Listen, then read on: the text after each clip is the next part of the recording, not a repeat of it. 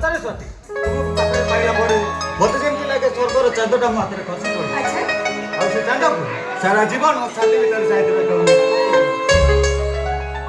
ହେଲେ ସ୍ୱରାଜ ତମ ଡାଡି କଣ ଆମ ସମ୍ପର୍କକୁ ସ୍ୱୀକୃତି ଦେବେ? ମୋ ଡାଡି ମୋତେ ବହୁତ ଭଲ ପାଆନ୍ତି। ମୋର ବିଶ୍ୱାସ ସେ ଆମ ସମ୍ପର୍କ ମଝିରେ କେବେ ବି ପାଚେରୀ ସାଜିବେନି।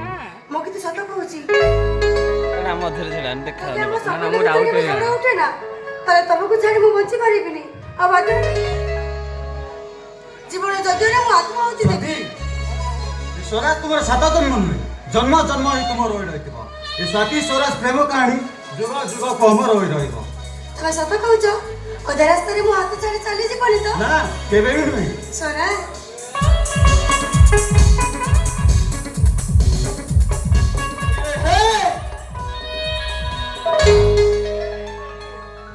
ତମ ଦିଟାକୁ ମୁଁ ଡବା ଖୋଲ ଡ୍ୟାମ ଦେଓଥର ପାର କରି ଖୋଜିକି ଆସିଲିଣି। ତମେ ଦିଟା ଏଠି ଟୁଙ୍ଗୁ ଟୁଙ୍ଗୁ ହଉଛ କଣ ବେ ସାଙ୍ଗ?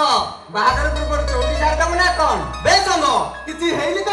ମତେ କାହିଁ ସେମିତି ସେମିତି ଲାଗୁଛି। ତମ ଦିଟାକୁ ମାଡ଼ ଅଭାବ ହେଲାଣି। ତମେ ଦିଟା କବାମରେ ହଟି। ଠିକ ଅଛି ଆମେ ଆଉ କବାମରେ ହଟି ଭାବୁନୁ। ତାପରେ ଯାହା ହବ ଆମକୁ ଆଉ କିଛି କହିବୁନି। ମାନେ ତୋ ଡାଡି ଭାଇ ସାଥୀ ସହ ବାହାଘର ପ୍ରସ୍ତାବଟା ଆମେ ଦେଇଥାନ୍ତୁ। ଆଜିଠୁ ଆମେ ଆଉ ମୁଣ୍ଡ ପୁରେଇବୁନି। ହେ ସେ ନଏ ଏମିତି କଣ କହୁଛ? ସେମିତି କୁହ ନା। ତମେ ଦିଟା ପରା ମୋ ଜୀବନ, ସେଥିପାଇଁ ସବୁ କଥା ପ୍ରଥମେ ତୁମକୁ ସେୟାର କରେ। ହେଇଟି ତେଲ ମାଇଲା ହେଇଟି ପ୍ରେମିକ ପାବର ତମର ଲଭ୍ ଚାପ୍ଟରଟା ଆଜି ପାଇଁ ସେତିକି ଥାଉ। ଚାଲ ଘରକୁ ଯିବା ଚାଲ। ପ୍ଲିଜ ସାଙ୍ଗ ଆଉ ଟିକେ ରହ। ଏ ଶ୍ରାବଣ ଶ୍ରାବଣ ତୁ କେମିତିଆ ଟୋକା ଯେ ତାକୁ ଯେତେ ଡାକିଲେ ସେ କଣ ଆସିବ?